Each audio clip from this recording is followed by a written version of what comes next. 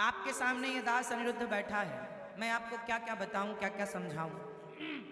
मैं संसार में रहता हूं आप लोगों की तरह, संसार का सारा काम करता हूं आप लोगों की तरह, हर जिम्मेदारी पूरी करने की कोशिश करता हूं आप लोगों की तरह, भगवान के चरणों में भक्ति करने की कोशिश करता हूं आप लोगों की तरह। लेकिन मैं सब कुछ करता हुआ भी मैं कुछ नहीं करता।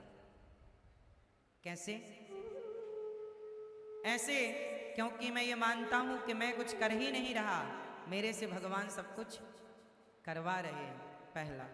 दूसरा, ये दास अनिरुद्ध, मैं मानता हूं, मैं आप लोगों को देखता हूं ना, तो मुझे आप लोगों में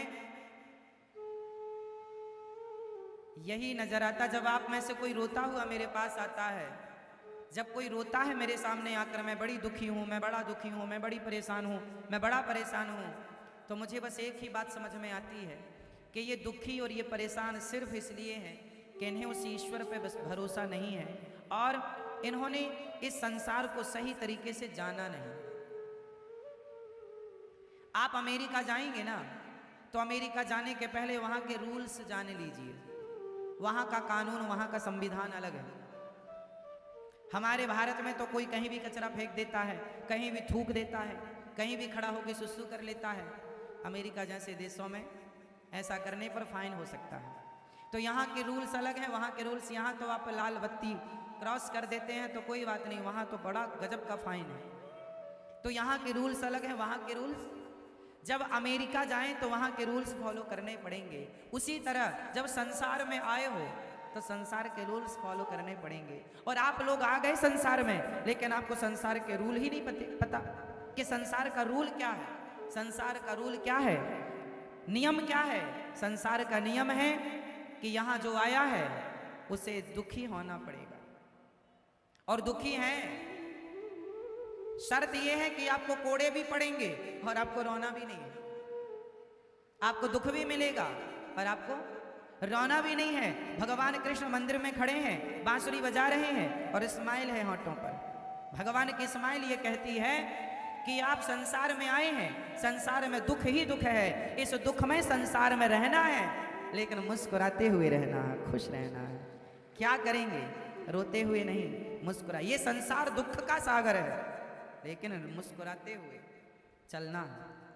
आप लोग जो रोते रहते हैं ना, आपको रूल्स पता नहीं है कि संसार में रहने के तरीके क्या हैं। इसलिए भगवान बुद्ध जब आए तो ये ज्ञान हो गया उन्हें कि संसार दुखालय। उनके सामने एक बूढ़ी अम्मा आई अपने मरे हुए बेटे को लेकर। गौतम बुद्ध भगवान बुद्ध के पास एक माँ आई, उनका बेटा मर गया, 5 साल का था। किसी ने बताया कि गौतम भगवान बुद्ध बड़े तपस्वी हैं और वो यदि कृपा कर दें तो तेरा मरा बेटा जिंदा हो सकता है, क्योंकि वो बड़े संत हैं और शक्तियां हैं उनके पास। जा, मरा हुआ बेटा लेकर के आई, चरणों में लिटा दिया। महाराज, मेरा बेटा चला गया, मेरे बेटे को आप अपनी शक्तियों से जीवित कर दो। मेरा इस बेटे के सिवा कोई नहीं है, मैं बड़ी दुखी हूं, मैं बड़ी परेशान हूं। भगवान बुद्ध भगवान ने कहा, ठीक है, मैं तेरे बेटे को जिंदा करूंगा, लेकिन तुझे एक काम करना पड़ेगा। तू जा गांव में और एक मुट्ठी सरसों लेकर आ, लेकिन सरसों के दाने उस घर से लाना, या चावल लेकर आ मुट्ठी भर। मैया को जगाओ। आपसे मुट्ठी भर तू चावल लेकर आना, पर उस घर से चावल लाना जिस घर में आज तक कोई मरा ना हो। मुट्ठी भर सरसों चावल जो मिल जाए ले आना, पर उस घर से लाना जिस घर में आज तक कोई मरा ना हो। बूढ़ी अम्मा गई, ठीक है अभी लाती हूँ। भैया जरा मुट्ठी भर सरसों दे दो, हमारा बेटा चला गया है, उसे जीवित करना है, पर एक शर्त है। उसने चावल घर की जो थी वो चावल ले आई या सरसों। बोले कि तुम्हारे घर में आज तक कोई मरा है? बोले हाँ, कुछ दिन पहले हमारे ससुर चले गए। दूसरे घर गई, बोले तुम्हारे घर आज तक कोई मरा? बोले हाँ, कुछ दिन पहले हमारी सास चली गई। तीसरे घर गई, बोले तुम्हारे घर कोई मरा है आज तक? बोले हाँ हमारे घर कुछ दिन पहले हमारे पति चले गए। चौथे घर गई, बोले हमारे घर कोई पत्नी चली गई। किसी ने कहा हमारे घर ये चला गया। सबका घर ऐसा था जिसके घर में कोई ना कोई कभी ना कभी मरा जरूर था। बूढ़ी अम्मा फिर वापस आई, भगवान बुद्ध से कहा ले आई चावल मुट्ठी भर। ना महाराज नहीं मिला, चावल तो नहीं मिले, सरसों तो नहीं मिली, लेकिन मेरे प्रश्न का उत्तर मिल गया। चुपचाप उसने अपना बेटा उठाया, वहां से चली गई। बताओ क्या सबक मिला इस कहानी से, क्या सीख मिली? हम रोते हैं कि हमारा ये मर गया, हम रोते हैं कि हमारा ये दुख है। अरे जो दुख आपके पास है सेम वही दुख आपके पड़ोसियों में भी है, औरों के पास भी है। क्यों है? क्योंकि संसार में जो आया है उसे दुख से गुजरना पड़ेगा। अब ये दुख से गुजरने में चाहे आप रोते गुजरो या हंसते गुजरो, वो आपकी मर्जी। इसलिए संसार में क्या है, अब बताओ आप, संसार में क्या है, सुख या दुख? जोर से। अभी आप कह रहे थे दोनों है। आप जल्दी ज्ञानी हो गए। इतनी बात जानने के लिए गौतम बुद्ध को 12 साल लगे और आप देखो 12 मिनट में जान गए। संसार में क्या है, ये बात मैंने कह तो दी है, आपने सुन भी ली। कभी घर में एकांत में बैठकर मेरी इस बात का खूब ध्यान से चिंतन करना कि क्या संसार में सचमुच दुख है, और जो सुख है वो कितनी देर का है। हड्डी चबा रहा है कुत्ता, लग रहा है कि बड़ा सुख है। एक छोटी सी कहानी सुना दूं और क्लियर करने के लिए, आपको जल्दी तो नहीं है? सुनो। माया, ईश्वर की माया का पर्दा ऐसा पड़ा है कि हमें सही सही दिखाई नहीं पड़ता। अब इस बात को और क्लियर करने के लिए मैं आपको एक छोटी सी कहानी सुनाता हूं, आपको पूरा क्लियर हो जाएगा, सारा दर्पण की तरह क्लियर हो जाएगा। स्पष्टीकरण। जो सो रहे हैं उनको जगा दो।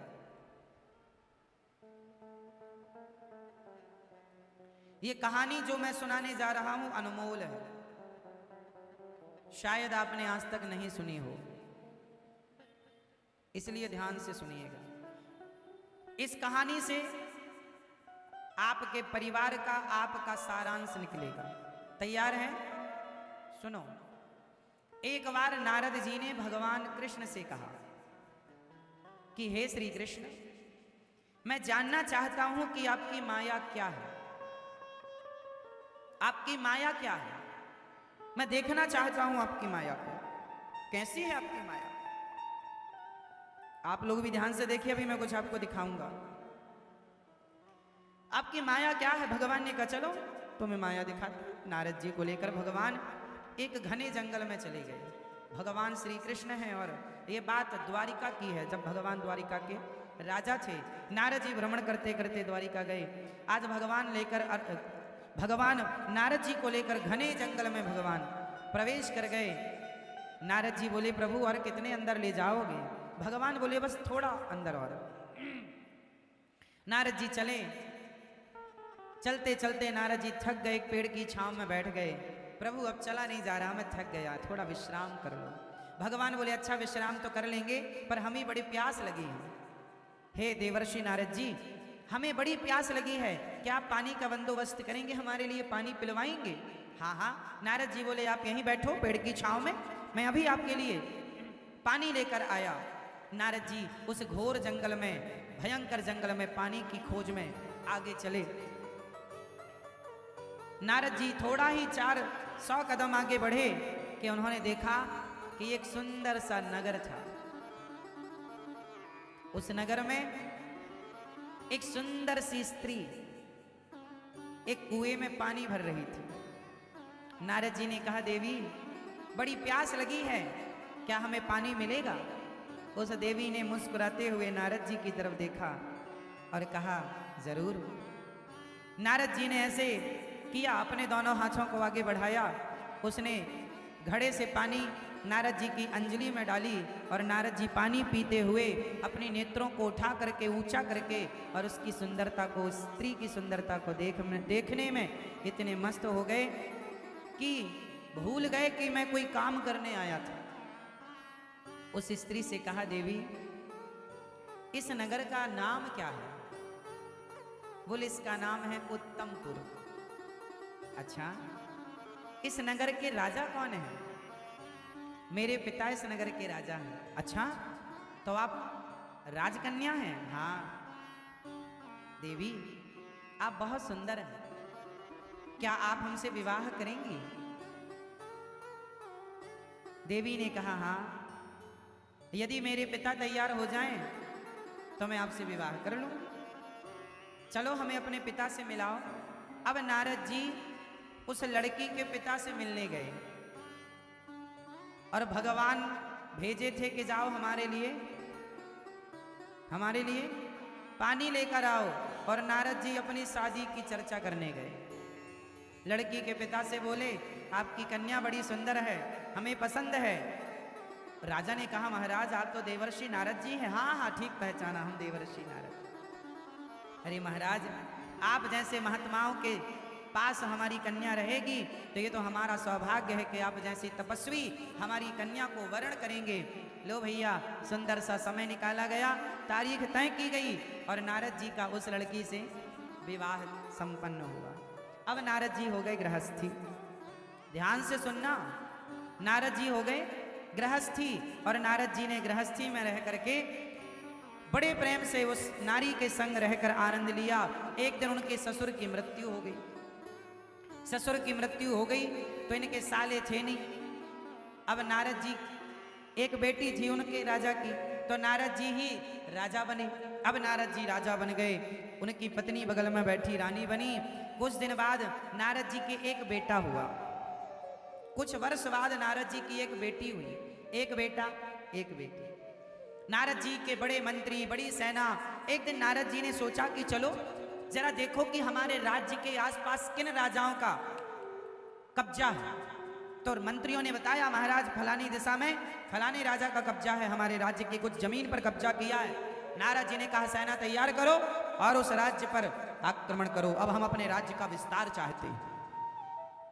नारद जी क्या लेने गए थे? पानी, और राज्य का विस्तार करने में लग गए। हम अपने राज्य का विस्तार चाहते हैं, सेना तैयार करो। लो भैया, नारद जी की उपस्थिति में सेना तैयार हुई और सेना आक्रमण करने के लिए चली। पर नारद जी आक्रमण करें उसके पहले सामने वाले राजा ने आक्रमण कर दिया और नारद जी की सेना मारी गई। नारद जी का पहला युद्ध था, कभी लड़े नहीं, तो माला जपते रहे सारी जिंदगी, नारायण नारायण नारायण। और आज बाबा जी युद्ध करने चले हैं, और जब युद्ध करने गए तो ये हार गए। सामने वाले राजा ने नारद जी को हराया और इनके राज्य पर कब्जा कर लिया। अब नारद जी भागे अपनी पत्नी और बच्चों को लेके, भागे नारद जी। अब भागते भागते भागते भागते एक जंगल में पहुंच गए। एक बेटी थी छोटी सी इनकी और एक बेटा था।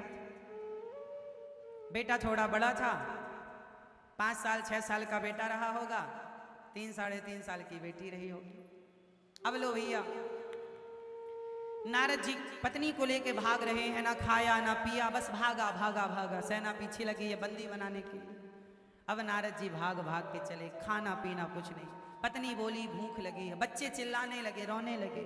उस छोटी सी बच्ची को ना पानी मिल पाया ना भोजन मिल पाया, बच्चे रो रहे हैं। अब नारद जी अपने बच्चों को जब रोता हुआ देखें ना तो वो भी रोने लग जाएं, लेकिन क्या करें। तभी उन्हें एक नदी दिखाई पड़ी।